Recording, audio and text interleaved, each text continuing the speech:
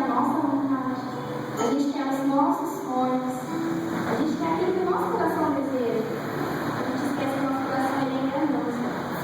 E às vezes a gente fala: Senhor, eu quero a tua bênção. O Senhor te diz: eu coloco diante de ti a bênção que é nossa escolha. Mas, Senhor, eu quero a tua bênção. Eu coloco diante de ti a bênção nossa. Senhor, eu quero a tua bênção. Ei, você não entendeu. Você que escolheu. Você que escolhe a bênção antes. Você escolheu a bênção? Pague o preço. Você escolheu servir? Pague o preço. Você escolheu seguir o caminho que o Senhor tem para você. Você escolheu seguir o teu chamado. Graças a Deus, o Senhor tem despertado este lugar. Nós temos conversado sobre isso lá em casa. Nós fomos na vigília no monte. A palavra foi exatamente essa, sobre despertar, sobre acordar, sobre levantar como igreja, porque tem almas precisando da gente. Irmãos, eu confesso para os irmãos que quando eu estava orando, pedindo a Deus essa palavra, a confirmação, eu olhei, eu chorei e eu disse: Deus, que a nossa geração, que a nossa igreja não passe desapercebida diante desse mundo. Que a nossa geração seja um marco. Queridos, tem tanta gente precisando de você. Será que você tem coragem de entregar sua vida para Deus a tal ponto de Ele mexer no seu dia a dia? O Senhor chamou Moisés. Há 2 domingos o pastor tem pregado sobre Moisés na igreja. E o Senhor chamou Moisés e falou: Moisés, eu vou te enviar para libertar o povo. O que Moisés disse? Senhor, não, eu não. Eu não sei falar. Eu não sei falar. Ele era gago, né? Alguns dizem. E talvez quantas vezes o Senhor tem nos chamado para fazer algo, quantas oportunidades o Senhor tem colocado na nossa frente, aqui escancarado. Você fica falando: Senhor, eu não consigo nem aquele ali. Às vezes a gente olha: Senhor, esse aqui, mas nem aquele ali. Irmãos, o Senhor não mudou, o Senhor é o mesmo de ontem, hoje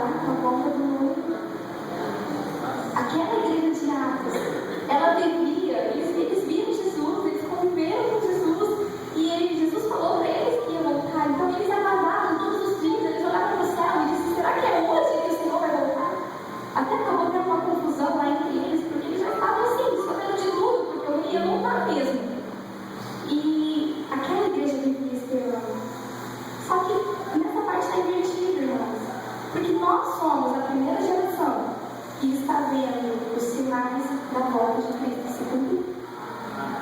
Nós temos visto as guerras, os rumores de guerras, pais contra filhos, filhos contra pais, são tantas as coisas que já aconteceram provando a volta de Cristo. Irmãos, falta tão pouquinho para se cumprir. Eu acho que a principal que ainda falta, eu sou muito leiga nessa parte da volta de Cristo. Pedi até para o pastor para fazer um estudo com a gente sobre escatologia, sobre o fim dos tempos. A gente vai começar agora nas férias, eu quero aprender, eu quero saber. Mas a reconciliação entre Israel e os palestinos é o principal fator que falta para que nosso Senhor retorne para buscar a sua noiva. Irmãos, eu não sei se vocês sabem, mas isso já está na justiça. Já está para ser aprovada essa reconciliação. A qualquer momento, nossa noiva pode vir buscar. Será que eu e você estamos preparados para isso? Será que eu e você estamos dispostos a isso? E se você vai subir aos céus, você quer subir sozinho?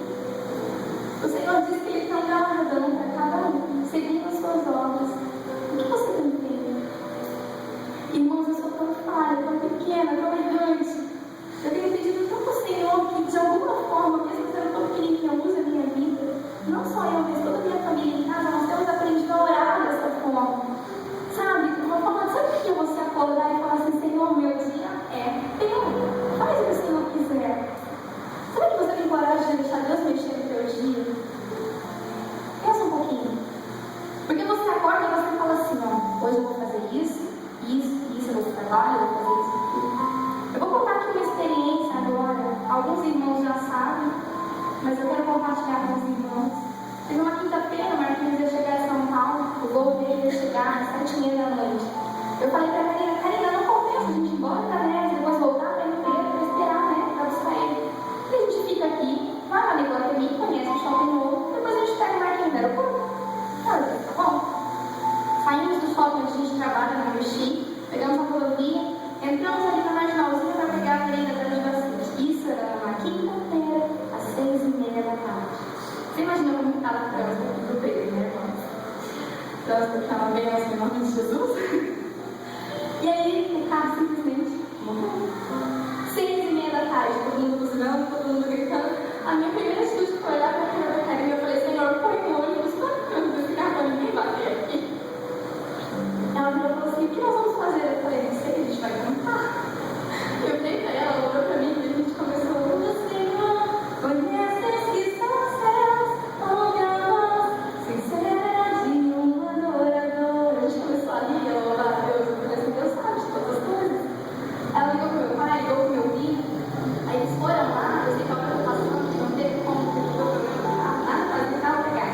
A gente cortou a avenida, chegou até o posto, porque as meninas lá da Ramires. O frentista não queria deixar a gente ficar ali, irmãos. Mas a gente conseguiu colocar o carro do lado do outro carro, tinha um casal conversando. E aí a gente olhava e não estava entendendo, porque já é 8h10 e o carro não pegava. E aí tinha um casal conversando, a Karina virou para mim e falou assim, você ouviu o que eles estão conversando? Eu disse, mais ou menos. E ela disse assim, essa mulher está contratando esse cara como detetive, porque ela está desconfiando do marido, a Karina. Aqui no meu coração, Deus precisou falar assim, ela precisa ouvir falar de mim. Essa mulher precisa ouvir falar de mim. Minha mãe me ligou e eu falei, mãe, espera um pouquinho. Joguei o telefone dentro do carro e eu tinha um livretinho na minha bolsa. O título é Correndo para Jesus. E eu disse, Karina, eu preciso falar com essa mulher. Eu nunca havia visto na minha vida. Eu bati na porta do vidro dela e falei, moça, abre o vidro. Ela abriu o vidro e eu falei, eu posso falar com você um minutinho? Ela disse, pode. Eu falei, só quero te entregar uma coisa. Eu entreguei o livrinho dela, quando ela leu o título, ela caiu aos prantos. E eu falei assim, qualquer que seja a sua atitude daqui pra frente, coloque Deus na frente. Deixa o Senhor te guiar e te mostrar o caminho que você deve seguir. Deus que tem, Deus vai falar com você. Aquela moça chorando, se despediu de mim, me abraçou e foi embora. Eu olhei pra cara da Karina e falei, agora nós também vamos embora, Karina. Ah, não vai pegar. A missão vai cumprida. Irmãos, o carro pegou e nós fomos embora.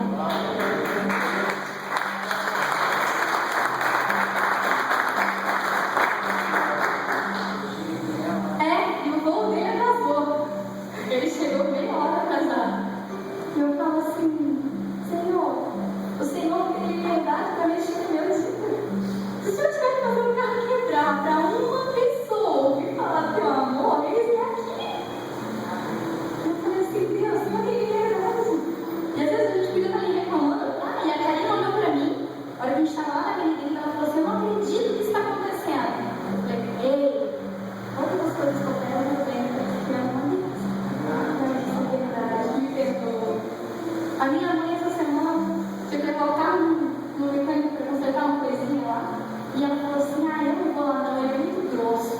Não foi isso?